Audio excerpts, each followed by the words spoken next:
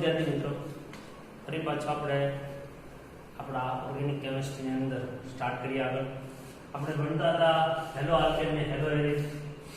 એની અંદર રાસાયણિક પ્રક્રિયાઓ વાળો ભાગ આપણે ભણતા હતા. એના અંદર આપણે ભણતા હતા કેન્દ્રાણુલગી વિસ્થાપનની પ્રક્રિયા ભણતા હતા. આ કેન્દ્રાણુલગી વિસ્થાપનની પ્રક્રિયાની અંદર આપણે એક પ્રક્રિયા આવે છે, એ છે આપણી SL2 બરાબર પ્રક્રિયા. SL2 પ્રક્રિયા પદ્ધતિ છે બરાબર.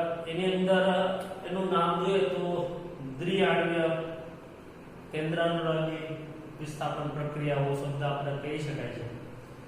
એ જે રીતે SN2 છે એ રીતે SN1 છે બરાબર. બંને પ્રક્રિયા ખૂબ અગત્યતા ધરાવે છે અને કોન્સેપ્ટ ખૂબ જ અગત્યતા ધરાવે છે. બોર્ડ અને જીની માટે બી ખૂબ જ એવા ઇમ્પોર્ટન્ટ છે. તો એની અંદર આપણે વાત કરીએ તો SN2 પ્રક્રિયાની અંદર બરાબર શું થાય, કઈ રીતે થાય એની આપણે જરા ચર્ચા કરીએ તો એક સિમ્પલ આપણે છે કે ભાઈ આપણો જે કેન્દ્રાણુલગી પ્રક્રિયા આગલા લેક્ચરની અંદર આપણે વાત કરી હતી કે ભાઈ આ કેન્દ્રાણુરાગી પ્રક્રિયા છે. આ કેન્દ્રાણુરાગી પ્રક્રિયા એ આપણા આલ્કાઇલ હેલાઇડ ઉપર હુમલો કરે અને એમાંથી CH એટલે કે હેલાઇડ ગ્રુપ દૂર કરે. આ હેલાઇડ ગ્રુપ છે. આ હેલાઇડ ગ્રુપ દૂર કરી અને આપણને આ જે આલ્કોહોલ બનાવે છે. તો આ જે પ્રક્રિયા છે એની પદ્ધતિ કઈ છે, એની ક્રિયાવિધિ કઈ છે, શા માટે એને SN2 કહેવાય છે બરાબર, એ વગેરે વગેરે ચર્ચા આપણે આની અંદર જોવાના છે. તો જોઈએ આપણે કે ભાઈ આને SN2 શા માટે કહી શકાય તો કે ભાઈ OH જે છે કેન્દ્રાણુલગી પ્રક્રિયા એ આપણા આલ્કાઇલ હેલાઇડ ઉપર હુમલો કરે છે અને અહીંયા કાર્બન અને ઓક્સિજન વચ્ચે બંધ બને છે અને કાર્બન અને હેલાઇડનો બંધ તૂટી જાય છે. ફરીવાર બોલું છું, કાર્બન અને ઓક્સિજન વચ્ચે બંધ અહીંયા તમે જુઓ તો બને છે અને કાર્બન અને હેલાઇડ વચ્ચેનો બંધ છે એ તૂટી જાય છે બરાબર. હવે અહીંયા શરૂઆતની અંદર શું થાય છે કે જ્યારે આ OH એ આ કાર્બન ઉપર હુમલો કરશે બરાબર, ત્યારે એ અહીંયા તૂટક રીતે બરાબર એ પેલા જોડાશે અને અહીંયા કાર્બન અને હેલાઇડનો બંધ તૂટક રીતે શું થાય છે કે ભાઈ એ અંશતઃ તૂટેલો અને અંશતઃ બનેલો એવી અવસ્થા પ્રાપ્ત થાય છે. આ જે પ્રક્રિયા છે એની કોઈ મધ્યવર્તી એમ કહી શકાય કે કોઈ એવી અવસ્થા નથી, પરંતુ એક વચ્ચેની બરાબર સંક્રાંતિ અવસ્થા આવે છે. આ સંક્રાંતિ અવસ્થા પછી જ આપણી ફાઇનલ નિપજ બને છે. હવે આની અંદર જ્યારે આ OH છે કે કાર્બન ઉપર હુમલો કરશે ત્યારે જે હાઇડ્રોજન તમે જરા જોઈ રહ્યા છો અહીંયા 1 2 અને 3 એ ત્રણ હાઇડ્રોજન જે છે એ શરૂઆતની અંદર તમે અહીંયા જુઓ તો પેલા એક OH જે છે એનો હુમલો કરે ત્યારે હાઇડ્રોજનનો વિન્યાસ એટલે કે એને એમ કહી શકાય ગોઠવણી કંઈક આ રીતે થયેલી હોય છે બરાબર. પણ જેવો એ સંક્રાંતિ અવસ્થામાં આવે છે ત્યારે આ ત્રણ હાઇડ્રોજન એક જ સમતલમાં આવી જાય છે. જેમાં આવી જાય એક જ સમતલની અંદર આવે છે બરાબર.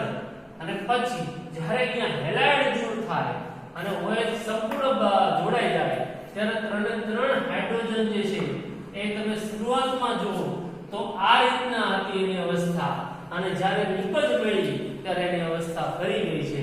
એટલે કે અહીંયા ત્રણ અવસ્થા જે છે બરાબર એ એનો વિન્યાસ કહી શકાય. આ વિન્યાસ બદલાઈ જાય છે બરાબર.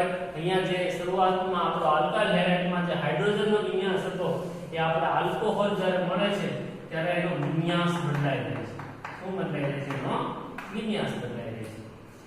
એક ઉદાહરણ આપું તમને. આપણે વરસાદની અંદર સીઝન આવે છે તો એની અંદર જ્યારે આપણે છત્રી લઈને જતા હોઈએ તો જ્યારે પવનને લીધે છત્રી જે છે એનો આકાર જે અંદર ઢળેલો છે પવનને લીધે કાગડો બની જાય.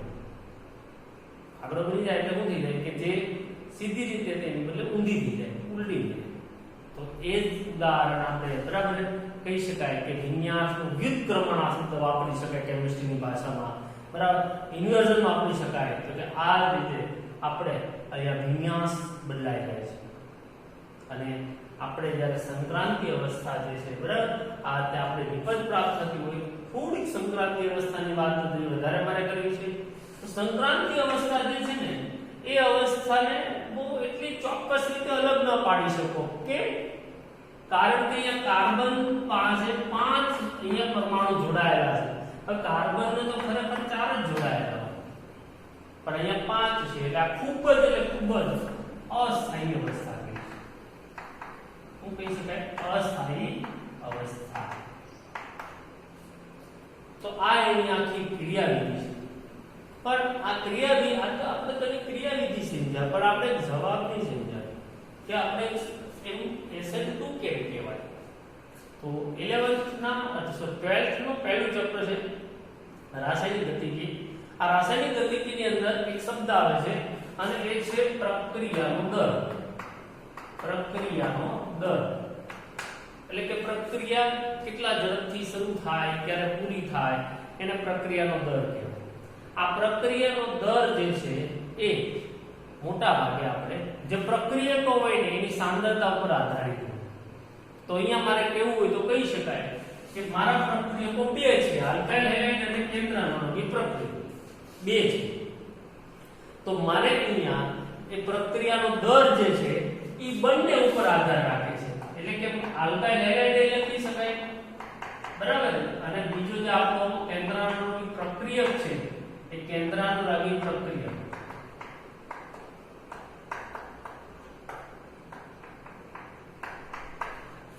એટલા માટે અહીંયા બંને ઉપર આધાર રાખતો હોવાને લીધે આ પ્રક્રિયાને SN2 પ્રક્રિયાના નામથી ઓળખવામાં આવે છે. કોના નામથી ઓળખવામાં આવે છે? SN2. કારણ કે પ્રક્રિયાનો દર એ બંને પ્રક્રિયકો આલ્કાઇલ હેલાઇડ અને કેન્દ્રાનુરાગી પ્રક્રિયક બંને ઉપર આપણે આધાર રાખે છે. એટલે આ પ્રક્રિયાને SN2 પ્રક્રિયાના નામથી ઓળખવામાં આવે છે. વિદ્યાર્થી મિત્રો, તમારે આ લખવાનું થાય તો અહીંયા આ રીતની આપણું સમીકરણ દર્શાવવાનું. ધ્યાનથી વાંચો તો ખ્યાલ આવશે કે એના પછી નીચે આજે મેં તમને અત્યારે જે દર્શાવ્યું એ રીતે એની ક્રિયાવિધિ વર્ણવવાની આખી, બરાબર. આ હુમલો કરે અને પછી વિન્યાસ બદલાય, બધા શબ્દ આવી જવા જોઈએ. અને છેલ્લે બરાબર એ જે દર છે SN2 કેમ કહેવાય? કારણ કે અહીંયા બંને ઉપર આધાર રાખે છે. એને લીધેથી આપણે કહી શકાય કે SN2 પ્રક્રિયાના નામથી ઓળખવામાં આવે છે. હવે અહીંયા જો જોવા જઈએ તો એક વસ્તુ બીજું, બરાબર, બીજો એક શબ્દ બી આપણે યાદ રાખવાનો ઘટે કે એક શબ્દ મેં કીધો તો હમણાં કે વિન્યાસનું વ્યુત્ક્રમણ. વિન્યાસનું વ્યુત્ક્રમણ જે ખરું એ કોને કહેવાય? કે ભાઈ વિન્યાસનું વ્યુત્ક્રમણ હમણાં મેં તમને કીધું કે જ્યારે આખી અવસ્થા બદલાય જાય, આખી જે પોઝિશન છે એ પોઝિશન ચેન્જ થઈને ઉલટી થઈ જાય, ઊંધી થઈ જાય, તો એને વિન્યાસનું વ્યુત્ક્રમણ કહેવાય છે. હવે એક સાયન્ટિસ્ટ ઇનગોલ્ડ નામનો સાયન્ટિસ્ટ થઈ ગયો. પણ આ સાયન્ટિસ્ટે એવું જોયું, બરાબર, એવું વાત કરી કે જો આ તો મેં CH3Cl જ લીધો, બરાબર, CH3Cl લીધો, પણ એની બદલે જો આપણે અહીંયા CH3Cl ને બદલે આપણો આલ્કાઇલ હેલાઇડ જે ખરો એ અલગ અલગ આલ્કાઇલ હેલાઇડ હોય તો, એટલે કે જો આ કાર્બન, બરાબર, આ પેલો આપણો હમણાં લીધો તો એ છે આપણો મિથાઇલ ક્લોરાઇડ, બરાબર. એની બદલે હું અહીંયા એક H ની બદલે રાખું CH3. હવે CH3 હોય તો એને આવી રીતે 3 H જોડાયેલા હોય. આ બીજું, આને કહેવાય ઇથાઇલ ક્લોરાઇડ. અને અહીંયા થર્ડ રાખીશું. એની અંદર આપણે રાખીશું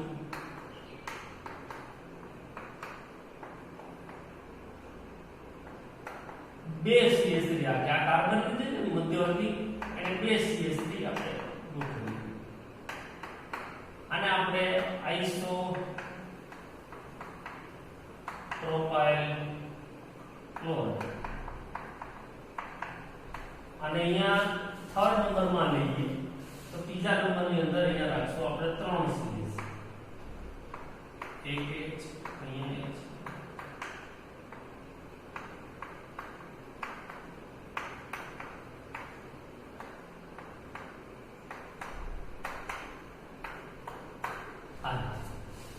બરાબર, અહીંયા ત્રણ આપણે CH3 અલગ અલગ આપણે CH3 આપણે રાખ્યા. ઓકે, હવે તો આ રીતે તો આપણે પહેલું દેખ્યું methyl chloride, ethyl chloride primary, આ સેકન્ડરી, બરાબર. અને આને આપણે નામ લખતું તૃતીયક સામાન્ય નામ છે, તૃતીયક 1 2 3 4 કાર્બન બ્યુટાઇલ ક્લોરાઇડ અને આ થઈ ગયો આપણો ટર્સ. હવે આપણો કેન્દ્રાનુલગી પ્રક્રિયક એટલે કે કોઈ પણ આપણો કેન્દ્રાનુલગી એની હોય એનું નામ આપીશું. કેન્દ્રાનુલગી પ્રક્રિયકને NU એવું નામ આપીએ. તો આ જ્યારે હુમલો કરશે આ કાર્બન ઉપર, તો હુમલો કરે તો અહીંયા 3 H જોડાયેલા છે, એટલે એને કાર્બન ઉપર હુમલો કરવા માટે કોઈ અગવડતા નહીં પડે. એટલે કે એક શબ્દ આપણે વાપરીએ, અવકાશ અવરોધ નહીં આવે, આરામથી હુમલો કરી શકશે, કોઈ સિમ્પલ રીતે હુમલો કરશે. તો આને સરળતા, ખૂબ સરળતા થશે. હવે એને બદલે તમે આને જુઓ, અહીંયા જ્યારે હુમલો કરશે ત્યારે આને એવડો મોટો બધો સમૂહ એને નડશે, પરંતુ એમ છતાં બી હજી કોઈ પ્રોબ્લેમ નથી. બે જોડાયેલા છે, જગ્યા છે, કરશે હુમલો આરામથી. પરંતુ આમાં આવો કોઈ NU જ્યારે હુમલો કરે, કેન્દ્રાનુલગી પ્રક્રિયા હુમલો કરે, ત્યારે આ એક CH3 અને આ બે CH3 આ કાર્બનને ઘેરી લીધેલા હશે, એટલે અહીંયા પ્રોબ્લેમ ઊભો થાય. એની બદલે જ્યારે આમાં ત્રીજો લઈએ, આપણે ત્રીજો લઈએ, તો ત્રીજાની અંદર તો અહીંયા 1, અહીંયા 2 અને અહીંયા 3 જણાયા છે. એ તો એમ માનો કે આની પર હુમલો કરવા દઈએ. તો સરળતાનો ક્રમ છે પ્રાઇમરી, સેકન્ડરી, ટર્શરી. ખાસ યાદ રાખજો, આમાં MCQ ખૂબ પૂછાય. કેન્દ્રાનુલગી પ્રક્રિયા તરીકે કોઈ બી આવે, અને જો આપણો ઘટક છે, પ્રક્રિયા છે, એ આપણે કહી શકાય કે એ પ્રાઇમરી હોય તો ખૂબ સરળતા થાય, સેકન્ડરી અને ટર્શરીમાં ખૂબ મુશ્કેલી. તો ઇંગોલ્ડ નામના સાયન્ટિસ્ટ છે, અવકાશ અવરોધની બાબતની અંદર આનું વર્ણન કર્યું છે, બરાબર. તો આ જે કહી શકાય કે MCQ ની બાબતની અંદર આ કામ ખૂબ જરૂરી છે, બરાબર. શરૂઆતમાં એકદમ હોય તો સિમ્પલ આપણો CH3Cl લઈ શકાય, એમાં બહુ સરળ, ખૂબ સરળતા થાય. તો મિત્રો આ રીતે આપણે અવકાશ અવરોધની બાબતની અંદર વાત કરી. તો એનો ક્રમ આ છે, આને ખાસ યાદ રાખવાનું છે, બરાબર. તો એને આપણે બરાબર એમ કહી શકાય જોઈ લઈશું.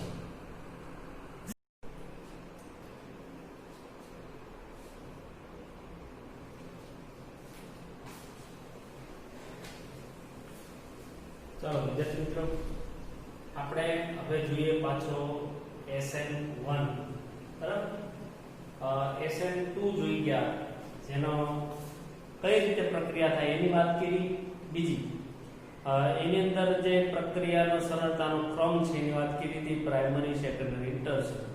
હવે આપણે જોઈએ SN1 પ્રક્રિયા. SN1 એટલે અહીંયા આપણે વાત એમ થાય કે ભાઈ જે પ્રક્રિયા છે એ પ્રક્રિયા કેન્દ્રાનુલગી વિસ્થાપનની જે પ્રક્રિયા છે એ પ્રક્રિયા આપણી, બરાબર. અહીંયા 1 એક કેમ કહેવામાં આવ્યું કે ભાઈ એક એટલા માટે આગળ વાત કરી હતી, પહેલા 2 કેમ કીધું કારણ કે બંને પ્રક્રિયા પર આધાર રાખે છે. અહીંયા 1 છે એટલે ફક્ત એક જ પ્રક્રિયા ઉપર આધાર રાખશે, બરાબર. એ કયો એને આપણે સમજીએ.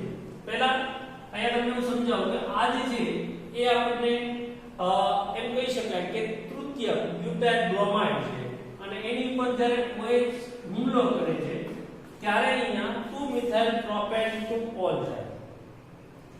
આ આપણો પ્રક્રિયા છે આપણી,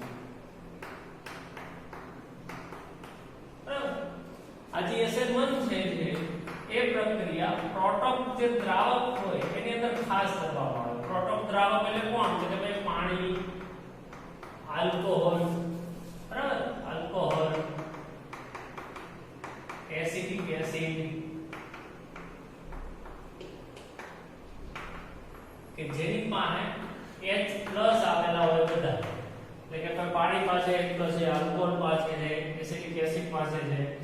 આ લોકો, બરાબર, પ્રોટોક દ્રાવકની અંદર આ પ્રક્રિયા કરવામાં આવે છે, બરાબર. આની અંદર જે તૃતીયક અહીંયા પ્રક્રિયા પહેલા એક આપેલી છે કે તૃતીયક બ્યુટાઇલ બ્રોમાઇડની, બરાબર. આપણા જે કેન્દ્રાનુલગી પ્રક્રિયક જે છે આ કેન્દ્રાનુલગી પ્રક્રિયક છે એ હુમલો કરે અને આપણને પ્રાપ્ત થાય છે 2 મિથાઇલ પ્રોપેન 2 ઓલ ને આપણો હેલાઇડ મુક્ત થાય છે.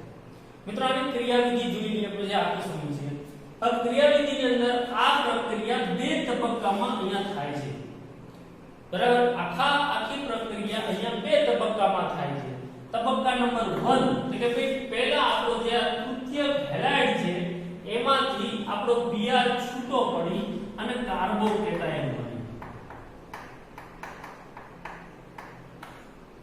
અને આ કાર્બોકેટાયન જે ખરો એ કાર્બોકેટાયન ઉપર આપણો જે કેન્દ્રાણુની પ્રક્રિયા છે એ આવીને જોડાશે અને આપણી નિબંધ મળશે 2 મિથાઇલ પ્રોપેન 2. હવે આ જે પહેલો તબક્કો છે એ ધીમો તબક્કો છે અને પ્રતિવર્તી તબક્કો છે. પહેલા ચેપ્ટર ની અંદર આપણે એવું જોઈશું કે પ્રક્રિયાનો દરમાં બરાબર જો પ્રક્રિયા એક કરતા વધુ તબક્કામાં થતી હોય તો જે ધીમો તબક્કો હોય બરાબર જે ધીમો તબક્કો છે એ જ પ્રક્રિયાનો દર નક્કી કરે.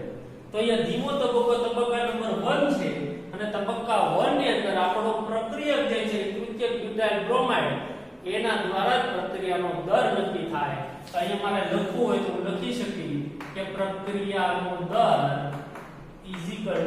k અને તૃતીય બરાબર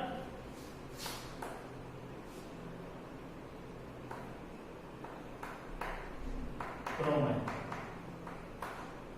તૃતીય આપણો જે બ્યુટાઇલ બ્રોમાઇડ જે છે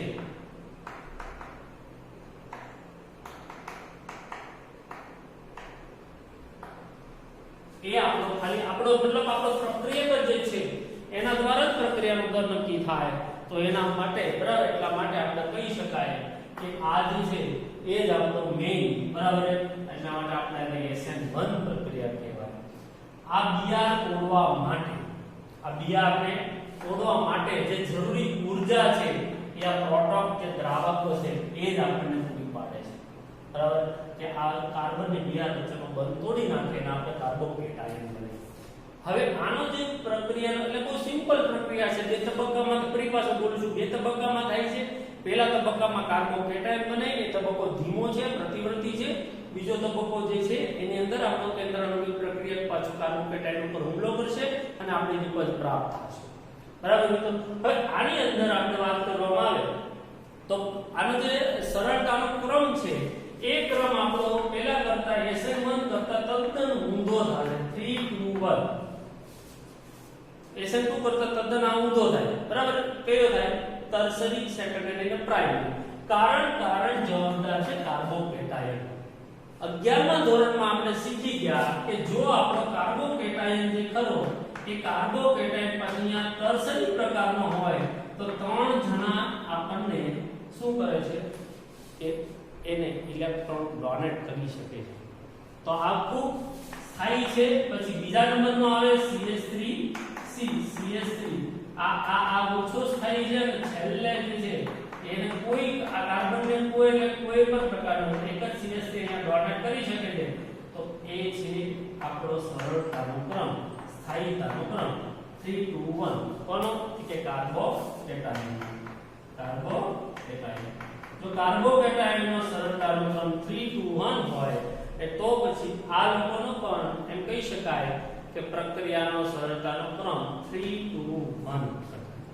ખાસ મહત્વની વસ્તુ છે આમાં કાર્બોકેટાયન. SN1 છે એનો સરળતાનો ક્રમ 3 2 1 થશે. હવે આની અંદર આપણે વાત કરીએ બરાબર તો બે પ્રકારના એક તો નામકરણમાં તમે લોકો આપણે બધા જોઈ ગયા હતા બેન્ઝાઇલિક હેલાઇડ અને બીજો શબ્દ હતો એલાઇલિક હેલાઇડ. બેન્ઝાઇલિક હેલાઇડ અને એલાઇલિક હેલાઇડ એ બેમાં SN1 ખૂબ સરળતાથી થાય. કારણ છે બરાબર એની અંદર SN1 સરળતાથી થાય. એનું કારણ છે કારણ કે અહીંયા કાર્બોકેટાયન આપણે જરા જોઈએ તો ખ્યાલ આવશે. પહેલા આપણે વાત કરીએ એલાઇલિક હેલાઇડ. એલાઇલિક હેલાઇડ એટલે આપણે જોઈ ગયા હતા કે જે આપણો હેલાઇડ છે એ એવા કાર્બન સાથે જોડાયેલો હોય કે જેની પાસે શું હોય ડબલ બોન્ડ હોય. આને એલાઇલિક કહેવાય બરાબર. બેન્ઝાઇલિક હેલાઇડ કોને કહેવાય કે બેન્ઝાઇલિક હેલાઇડ એટલે અહીંયા જે આપણો હેલાઇડ જે છે એ CH2 સાથે જોડાયેલો એ પાછો બેન્ઝીન સાથે જોડાયેલો. જો આ બંનેમાં SN1 પ્રક્રિયાનો વિચાર કરીએ તો તમને ખબર છે કે તબક્કા નંબર 1 માં કાર્બોકેટાયન બને. તો અહીંયાથી આ હેલાઇડ નીકળી જાય અને હેલાઇડ નીકળી અને અહીંયા આની પર પ્લસ આવે સેમ આની પર પ્લસ આવે. હવે મિત્રો તમે બધા એક વસ્તુથી વાકેફ છો ને એ છે સસ્પેન્શન. 11મા ધોરણમાં ખૂબ મહત્વનો ટોપિક આવી ગયો તો સસ્પેન્શન. આ કાર્બોકેટાયનને ઇલેક્ટ્રોનની જરૂર હોય તો એ ઇલેક્ટ્રોન બાજુના કાર્બનમાં જે પાય બોન્ડ જે છે એ અહીંયા સ્થાપિત થાય છે અને આપણો જે કાર્બોકેટાયન પ્લસ જે છે એ પ્લસ બહાર આપણને આ રીતે આ કાર્બન ઉપર પ્રસ્થાપિત થાય એટલે એકબીજામાં સસ્પેન્શન પામે. સેમ એવું આમાં આ જે CH3 જે છે આ CH2 પર પ્લસ છે ત્યાં પાય બોન્ડ છે અહીંયા પ્રસ્થાપિત થશે. આ કાર્બન ઉપર પ્લસ આવશે ફરી પાછો આ પાય બોન્ડ અહીંયા પ્રસ્થાપિત થાય આની પર પ્લસ આવે આ પાય બોન્ડ અહીંયા પ્રસ્થાપિત થાય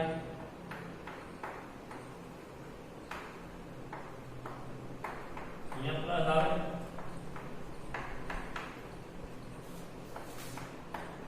એવી જ રીતે આપણને ફરી પાછો CH2+. આ રીતે આપણા સસ્પેન્શનના સૂત્ર દ્વારા બરાબર સસ્પેન્શનતા થાય છે અને સસ્પેન્શનતાને લીધેથી આપણે કહી શકાય કે અહીંયા આ આપણો એલાઇનિક હેલાઇડ અને બીજો આપણો બેન્ઝાઇનિક હેલાઇડ બરાબર આ બેની અંદર બેન્ઝાઇનિક હેલાઇડ આ બેની અંદર SN1 પ્રક્રિયા ખૂબ સરળતાનો ક્રમ જોવા મળે છે.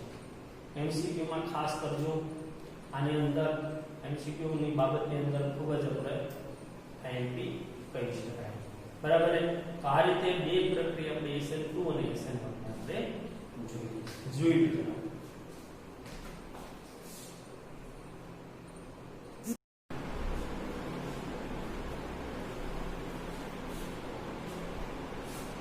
તો મિત્રો ફરી પાછા આપણે SN1 અને 2 શીખા તો એની અંદર હવે એને આગળ વધી એના લગતા કે કોયડા કરી પણ પહેલા પ્રથમ બે મુદ્દા ધ્યાનમાં લેવાનું ખૂબ જરૂરી છે.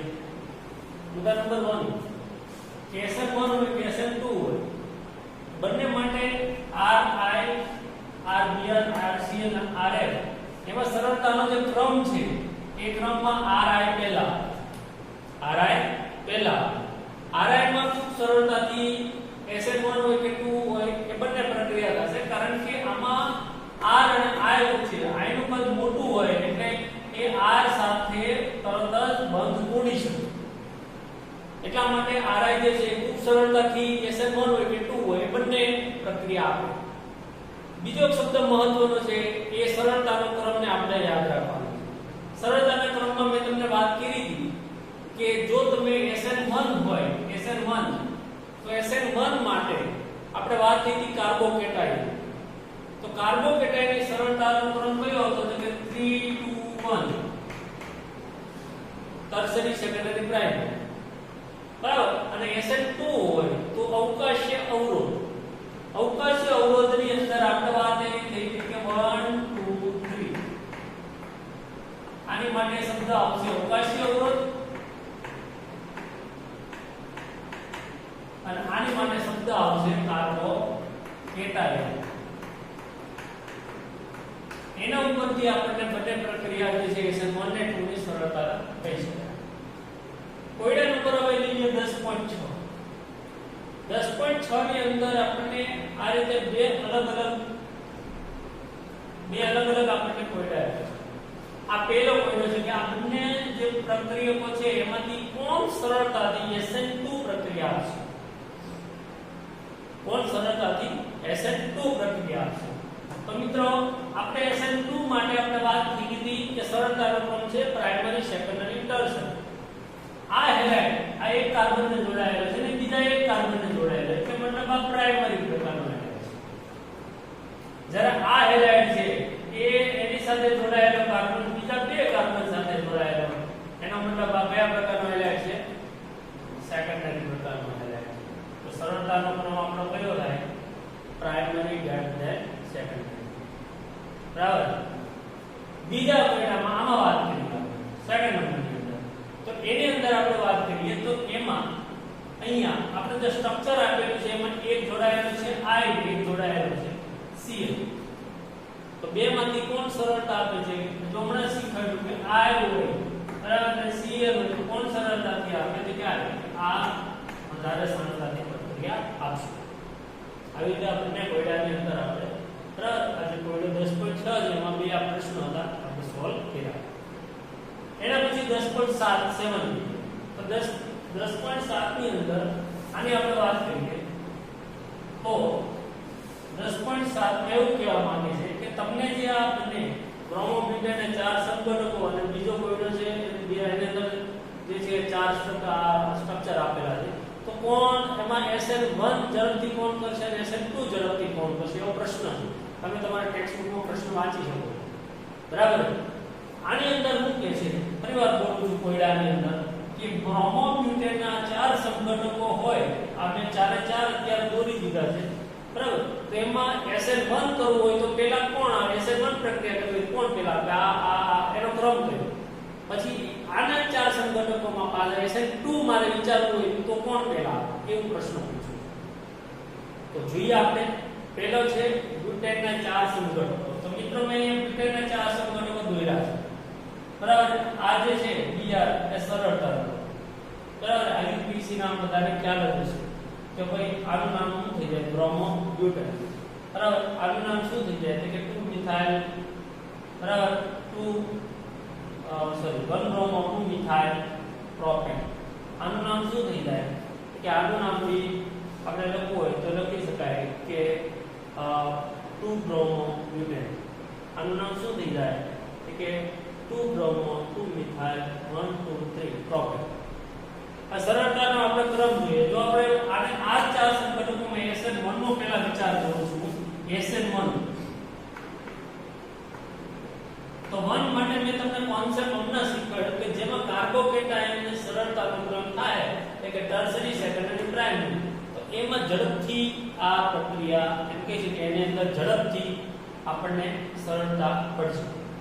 તો તમે જુઓ અહીંયા કે Br આયન જે છે એ Br કદાચ નીકળી જાય ને કાર્બન નો પ્લસ વિભાગ આવે તો 1 2 અને 3 જણા એને ડોનેટ કરવા વાળા છે. એટલે સૌથી ઝડપથી સરળતા આમાં થશે બરાબર. અહીંયા જોઈએ તો અહીંયા જો અહીંયા Br નીકળી જાય ને પ્લસ થાય તો 2 જણા. તો બીજા નંબરમાં આ આવશે. આ પહેલો નંબર આપણે અને બીજો નંબર આપીએ SN1 માટે. આની વાત કરીએ તો કે આની વાત જોઈએ તો Br જો અહીંયા નીકળી જાય ને આની પર પ્લસ આવે તો એની સાથે એક જ કાર્બન જોડાયેલો છે પણ એ કાર્બનને ડોનેટ કરવાના 2 જણા છે. આ 2 ને જરાક સરખા વિચારવા બરાબર. આમાં બી આ Br નીકળી જાય આની પર પ્લસ આવી પર આવે તો એને ડોનેટ કરવાનો અહીંયા કાર્બન જે છે એની સાથે બીજો કાર્બન જોડાયેલો 2 હાઇડ્રોજન જોડાયેલા આમાં એક CH3 વધુ છે. એટલે સરળતાની બાબતની અંદર આને ઇલેક્ટ્રોનિકમાં આપી શકશે એ આને ડોનેટ કરે છે. એટલે આને આપણે ત્રીજો નંબર આપીશું અને આને આપણે ચોથો નંબર આપીશું. શેમાં? SN1 માં. કોન્સેપ્ટ સમજ્યા વગર પ્રશ્ન સોલ્વ કરવાનો બરાબર. કાર્બોકેટાયન SN1 માં થઈ જાય. હવે આપણે SN2 નો વિચાર કરીએ તો SN2 ની અંદર શું થાય છે? SN2 ની અંદર એટલે કે SN2 ની અંદર તમે મેં કીધું અવકાશીય અવરોધ સૌથી વધુ શેમાં થશે? આ Br ને આની અંદર જોડાવવું છે તો સૌથી વધુ 1 2 અને 3 જણા મળે બરાબર. આની અંદર 1 અને 2 અવકાશીય અવરોધ થાય. આની અંદર બી આમ જોવા જઈએ તો ભલે 2 H છે પરંતુ આ ત્રીજો છે મોટો આપણો સમૂહ આમ જોડાયેલો છે તો અવકાશીય અવરોધ આમાં બહુ વધારે થાય. તો એનો સરળતાનો ક્રમ આમ થાય 1 2 3 અને 4. આ એનો સરળતાનો ક્રમ થાય બરાબર. આ 4 સ્ટ્રક્ચરમાં એટલે આ રીતે આપણે આનો પહેલો કોયડો સોલ્વ કર્યો 1 બરાબર. સરળતાનો ક્રમ કયો બરાબર? SN1 માં SN2 ની અંદર મેં કીધું કોન્સેપ્ટ બરાબર ક્લિયર તમારો હોવો બરાબર. હવે આપણે આને આ 4 સ્ટ્રક્ચર આપેલા છે. પેલા 4 સ્ટ્રક્ચરનું જરાક ઓબ્ઝર્વેશન કરીએ, જરાક એને જોઈ લઈએ. અહીંયા Br જોડાયેલો છે એની સાથે કાર્બન જોડાયેલો હોય એની સાથે 2 આ ફિનાઇલ રિંગ કહેવાય આને ફિનાઇલ કહેવાય આ CH3 કહેવાય. બીજા નંબરના સ્ટ્રક્ચરમાં Br સાથે 2 ફિનાઇલ અને 1 CH3 બદલે H જોડાયેલો છે. ત્રીજા નંબરમાં 1 ફિનાઇલ 1 CH3 1 Br અને 1 H છે. અને ચોથામાં 2 H અને 1 જ ફિનાઇલ રિંગ ને Br જોડાયેલો છે. આ ચાર સ્ટ્રક્ચરમાં SN1 નો વિચાર કરો. SN1 બરાબર સરળતા શેમાં થાય? મેં એવું કીધું હતું કે તમારે એની માટે આ Br ને કાઢી નાખી અને કાર્બન ઉપર પ્લસ ઉગાડવાનું. બરાબર છે? તો ખ્યાલ ના આવે તો આગળનો વિડિયો ફરી પાછો SN1 વાળો ફરી પાછો જોવો. બરાબર છે? તો આપણને વધારે સરળતા થાય. તો અહીંયા કાર્બન ઉપર પ્લસ વીજભાર જો આપણે ધારીએ કાર્બોકેટાયન બનાવીએ તો કાર્બોકેટાયન ની અંદર અહીંયા એક ફિનાઇલિન, અહીંયા બે ફિનાઇલિન, અહીંયા CH3 ત્રણ જણા ડોનેટ કરવા વાળા છે. તો એનો મતલબ એવો થાય કે આમાં સરળતા થાય SN. જ્યારે આની અંદર બે ફિનાઇલ ને એક છે, બરાબર છે? તો બીજો નંબર આનો આવે. આની અંદર એક ફિનાઇલ, એક CH3 ને એક છે, તો ત્રીજો આનો. આ બીજા અને ત્રીજામાં જરાક ધ્યાનથી જુઓ તો ભલે અહીંયા બને, અહીંયા ફિનાઇલ, અહીંયા CH3 છે, અહીંયા બે ફિનાઇલ. તમને એટલો ખ્યાલ હોવો જ જોઈએ કે ફિનાઇલનું સ્ટ્રક્ચર જે ખરું એ આપણને ઇલેક્ટ્રોન ડોનેશન કરવામાં સરળતા પડે, કારણ કે એની પાસે ત્રણ પાઇપ હોય. એટલા માટે આને મેં બીજો ન આપતા આને ત્રીજો આપ્યો અને આ સ્ટ્રક્ચરને આપણે બીજો નંબર આપ્યો. ચોથા નંબરની અંદર આપણો આ સ્ટ્રક્ચર આવશે. તો સરળતાનો ક્રમ 1 2 3 4 બોલી શકાય. SN2 વિચારવું હોય એટલે તરત જ આપણે અવકાશી અવરોધ વિચારવો પડે કે જેટલો વધુ કાર્બન હારે જોડાયેલું છે ને એટલું બધું અવરોધ વધારે. આમાં તમે જો બે H જોડાયેલા છે, તો આમાં SN2 જે છે, SN2 માટે મારો નંબર લેવો હોય તો આ SN2 માટે બોક્સ વાળા છે, SN2 વાળા નંબર એક નંબર. અહીંયા એક સરળતા છે, બે અવકાશી અવરોધ છે એટલે આ બે નંબર આવે. એવી રીતે અહીંયા ત્રણ નંબર આવશે અને આ ચાર નંબર આવશે. કોન્સેપ્ટ એક જ છે કે ભાઈ આ કાર્બોકેટાયન અવકાશી તો તમે કોયડો બરાબર આપણે શીખા. ઓકે, જરાક એને ધ્યાનથી જોઈ લો.